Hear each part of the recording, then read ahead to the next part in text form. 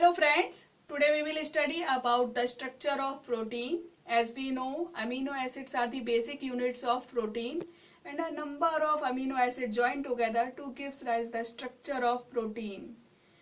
So protein have four basic structures: primary, secondary, tertiary and quaternary. Firstly we comes to primary structure. As we know, amino acid have two groups, one amino group and a carboxylic group.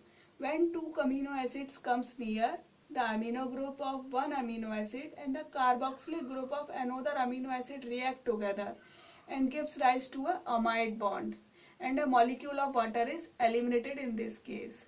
This amide bond is known as peptide bond, and this structure is known as bipeptide or dipeptide. So you can see in the dipeptide there is a free amino group at one end and a carboxylic group at the another end.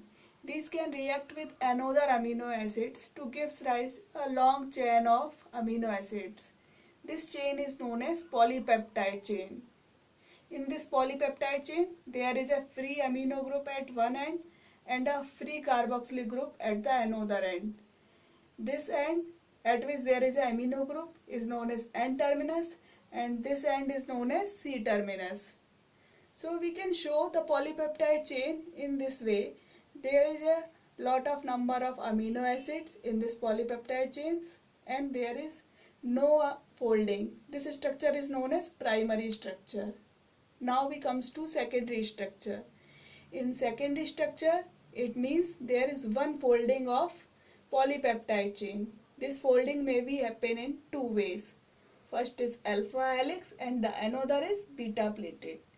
In alpha helix, the polypeptide chain is folded in loop-like structure, in clockwise loop-like structure.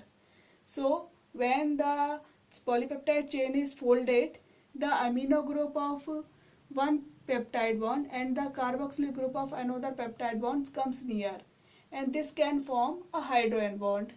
And in this way, a large number of hydrogen bonds are formed between the loops of the polypeptide chain.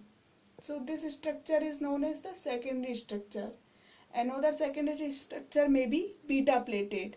In beta plated, the polypeptide chain is folded in the form of plates. So you can see this structure may be antiparallel or parallel.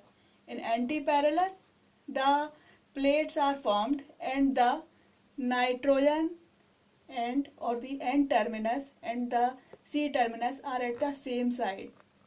You can see this is the C terminus and this is the N terminus. So this structure is antiparallel. And here also the amino group of the one peptide bond and the carboxylic group of another peptide bonds comes near and forms hydrogen bond, and hydrogen bonds are formed. Same in the case of parallel structure. Now in this case, the N terminus are at the same side and the C terminus are at the same side. So the hydrogen bonds gives rise to the secondary structure of the proteins. In our next video, we will study about the tertiary and quaternary structure of the protein. Thank you for